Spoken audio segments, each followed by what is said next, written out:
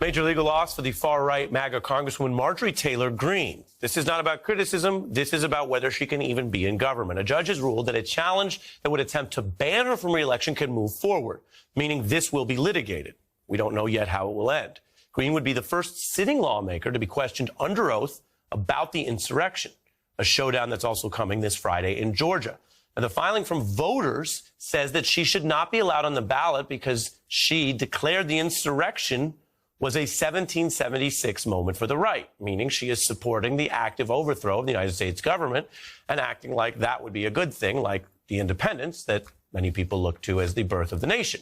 They blast her for coordinating with rioters, fueling violence with militant rhetoric, and citing her public support for these now convicted insurrectionists and for rejecting the peaceful transfer of power. They also cite, it's not only speech, but they also cite, and this is part of the public debates we've been having in America, some of her public statements. Take a listen. This is our 1776 moment. You can't allow it to just transfer power peacefully like Joe Biden wants and allow him to become our president because he did not win this election. January 6th was just a riot at the Capitol. And if you think about what our Declaration of Independence says, it says to overthrow tyrants. For her part, the Congresswoman has tried to duck this process. She didn't want to go under oath, but the judge denied her request to block this whole lawsuit, finding the case involves a whirlpool of colliding constitutional interests of public import. Greene has not carried her burden of persuasion. Again, that's for this procedural step of whether there'll be a case. She still has her chance to make her case to stay on the ballot. It's a complex issue, and we have a very special guest. Ron Fine is the lawyer representing the voters in this suit and the legal director of Free Speech for People. Welcome. Thank you, Ari. It's a pleasure to join you. If you win, what would happen?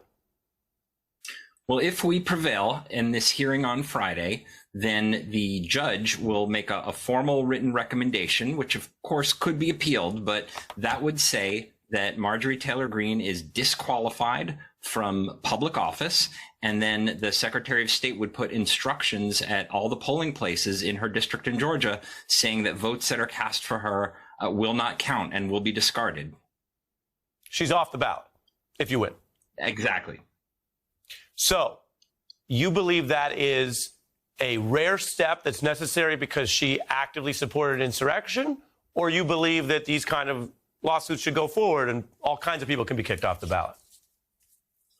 This is a rare action, and in fact, it hasn't happened for over 150 years because insurrections against the United States, let alone insurrections in which members of Congress were involved, is a very rare phenomenon. But Marjorie Taylor Greene crossed the line, and she met the legal standard for engaging in insurrection, which under our Constitution means that she is disqualified from future public office.